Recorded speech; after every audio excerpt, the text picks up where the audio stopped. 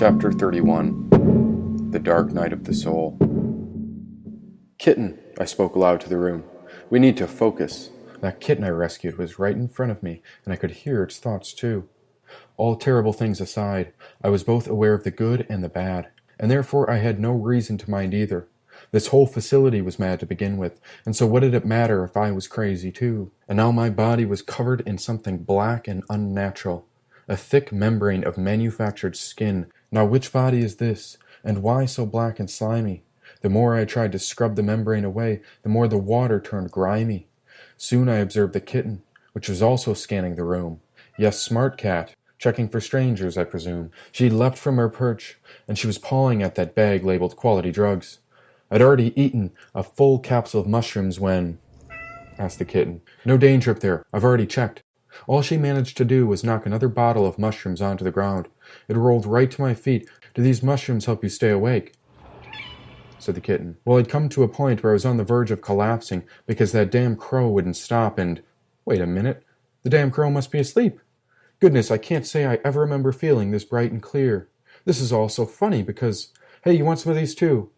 The kitten had no interest in the fungus, but instead stepped inside the bag of quality drugs one paw at a time. Nesting like a bird, I began to wonder if this cat was not a kitten, but a small crane that had been placed in the wrong body. "I've decided it's not right to leave you," I told the kitten. "Get comfortable in there because you and I were meant to find each other, and we've been nothing but good luck together." The kitten was licking her coat. "Do you believe in things like that? You know, that maybe you and I were meant to find each other." The kitten took a peek up, blinked her eyes once, and then continued grooming. "Because it's all starting to connect. And I can't remember being this aware since the last time I died." Died? Goodness, had I really died? Or was it all just an illusion, like this mad puzzle that this reality had become? And had I said it out loud, or was I thinking all this? The poor kitten was snuggled up with the drugs, licking the spot above her belly, when I noticed a leash waiting on the wall. What are the chances? Just our luck. Well, they'd misspelt it, but finding the noose was a critical discovery, a sure sign that the kitten and I were meant to be together, and so I placed it around her neck. The leash fit snug, just tight enough to keep the kitten from wandering too far, because otherwise... See, this is just precautionary. Nothing to worry about, kitten. Leashes are good because... Well, I wasn't sure why animals needed leashes, but I didn't want her to wander alone. Is that too tight, darling? "Nope. I've never had a human of my own," said the kitten. She's getting much better with words, too. I grabbed the bag of quality drugs and continued back to the control room. And what happens to a kitten after seeing all this death? Would she remember it? And how many steps are too far for this young one? "Go ahead and rest, darling. Uncle Jack's got you." She was snuggled up with all the pill bottles, and it seemed quite cozy in there. I closed the zipper halfway so her little head could poke out and watch. A clock was ticking somewhere, and I heard every second. And isn't time so strange? Like, who decided how long the second is? And how do they keep track of it so well? Why not just use the sun and the moon? Seems a bit easier to look up and say, "Hey, it's today," rather than manufacturing all these silly clocks. And how long till we run out of tickers? Those plastic pieces are coming from somewhere. Down the hall we were taking steps, one foot after the other, and then my heart trembled. A cramp shot through my leg and pulled my muscle tight. Cascading thunderous fall. I crashed into the wall and collapsed as T. Hammond released the bag safely from my grip and set the kitten on the floor.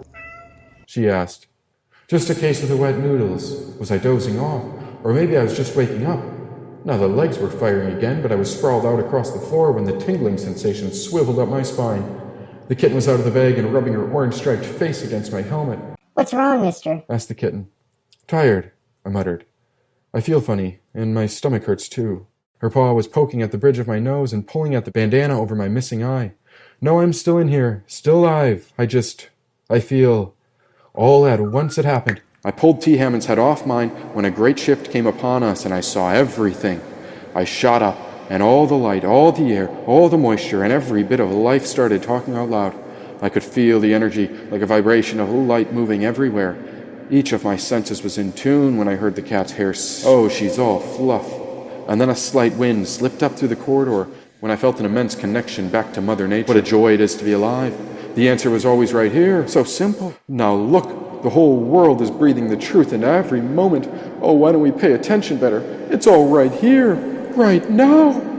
Oh, wow. Empty hallways began inhaling, then exhaling, and while these giant deep breaths poured into my lungs, I could feel each pulse pass through the walls, shooting energy into my beating heart while my eyes explored the room in front of me. I could feel what was happening in every cell. Hyper-aware, my mind could read through these walls, and now I was on the other side to help. I jumped up when I remembered I had the keys too. Yes, these keys can fit into that lock. Well, the first key didn't work, neither did the second or the third, but there's so many more of them, and I kept trying until I touched a key when I heard Ma say, Open. We spoke it into existence. The key turned into the lock when the metal door swung open.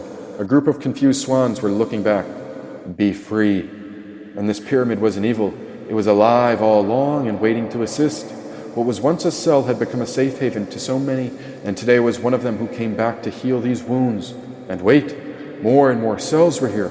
I'd forgotten how many lined these corridor walls. There were raccoons, rabbits, pigs, and creatures of all sorts. All of them were roaming these halls with the swans when I opened their doors. Could you itch right here? Right under my chin. I've just never had it scratched. The kitten's fur and hair floated between my fingers like a newborn flower kissing the wind, and every strand of the hair was alive too, as if these hairs were speaking out loud. You're so young, I told the kitten. So much to do and so much to see. Were you little ones? Asked the kitten. Oh, sure, And did you play a lot then? asked the kitten. She was sitting in front of me, on her hind legs, and so I crouched in the same position while we gazed into each other's eyes. Sometimes, I paused. And I used to be somebody. Did you know that? I had a life outside this place. What was it like on the outside? Asked the kitten. Outside? You mean nature? Well, it's green and blue and perfect just the way she is. You've never seen it. No, not really, but I'm trying so hard. Said the curious kitten. I've never been outside my cage. What else about the nature? Well, there are rivers and trees and even huge mountains. Life's different when you sit outside with her. Mountains? Meowed the kitten. And I met a lion once. Or maybe it was just a deer. But either way... You met a lion? That's my cousin. Said the kitten. Nope, it was just a deer, but don't worry. You're still related somehow. Oh, that's great. And you know what, mister? Said the kitten. I think I finally have my answer to that one philosophical question. Philosophical. Yeah, that's what I said, and it's the same question that every house cat asks themselves. Oh, this is news to me. What's the question? What would you do if you made it out the front door? She asked. It says a lot about the cat, but maybe even more about the humans, because some cats would run forever, like they've been a prisoner their whole lives. Some might roll in the dirt once and come right back home. But you know what I'd do? What? I'd go to the mountains and meet the lion. Why not? What do you have to lose? Then let's go, silly. Said the kitten. I felt the weight of the copper mask beside me. For one reason or the other, this was my life, some sort of contract I needed to fulfill in order to move on. I was trapped in this black jumpsuit carrying a mask. No escape and no time left for smiles. Rising to my feet, I put T. Hammond's mask over my head, knowing we had not completed her tasks. I'm afraid I can't leave this place. Down the hall, I thought I saw a creature's head turn toward us. Had someone been watching all along? Now 2 orange eyes blinked, but then the creature was gone. You seem sad. Don't be sad, mister. Said the kitten. Shh! Did you see that? You know, this one time I was really sad in my cage. The kitten continued. And well, my brother was alive too. And that's when he looked at me and said, "This too shall pass." Is that right? Sure sounds like he knew what he was talking about. And if I see your brother when I die, I'll tell him you went to the mountains. Maybe. Meowed the kitten. Or I could go on with you. Hey, now, don't talk like that. I know what happens to me in this place, but you've got your whole life ahead of you. You're just a young kitten, and everything's about to change. Go with the other animals. They'll be free soon enough, and... Oh, children, spoke a voice from the darkness at the end of the hall. Black wind was vibrating and swirling with a hypnotic pulse. Everything around us was aware of the force waiting at the dark end of the hall. Instinct latched onto the arrowhead when my own fear brought the knife into open air. Get back! We were in the presence of a great warrior, and both the kitten and I were aware of his power. I have heard your words, and I, too, choose to go on with you, said the mysterious creature. We were peering down the hallways, but there was nothing. Empty space, and then 2 orange eyes emerged. Which one are you? Meowed the kitten beside me. The 2 golden orange eyes stayed low to the ground. I am one of you, said the golden eyes. I am the one who endures. An opossum stepped forth under the dim light. There is only one escape, and it is closer than you think. He pointed at his chest. There is an escape within. Cicero, they said you were gone. They said you died, whispered the kitten. Oh, and there's also the rubbish bin, too. Did they tell you about that? Said Cicero. There's a trash chute that they throw the dead bodies out of. It goes into the forest. You're alive, said the kitten, crying with joy. And so my legend lives on. I've been hiding in the darkness since the day I got out, said Cicero. The day I escaped within was the day I earned my freedom. Cicero stepped forth, took a sniff at my shoes, and then locked on to my eye. Oh, I remember a human with one eye. He was a man I could trust. Oh, I remember you, said Cicero. The side of his head pressed against my skin. He was a well-rounded creature, and I wanted to trust him. But who was this creature of the mist? We met the night of my escape, but you've changed. Why, look at you. You've become something else entirely, said Cicero. You must be thinking of someone else. I died in that cell. It couldn't have been me. Why, surely it's you. That's why we undid what the trauma does. We transmuted that pain to find our deepest potential, said Cicero, wallowing around me in a circle, then looping around the kitten. Oh, wow. This opossum stride was flawless. His back left paw struck the ground in stride with his front right leg.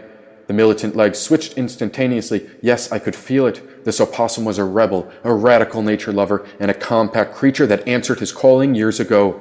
His stride alone would have inspired the world, if only they could have seen it. But look at it now. Each and every step demanded supreme perfection.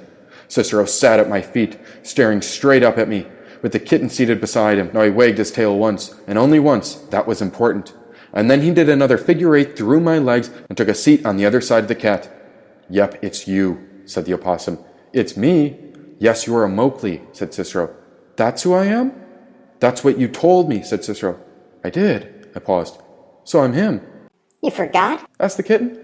I don't know. I scratched my head. What's in your hand? Asked Cicero. My arrowhead. Wait, this isn't mine, it's... This blade belongs to Collie Jack. I heard her whisper.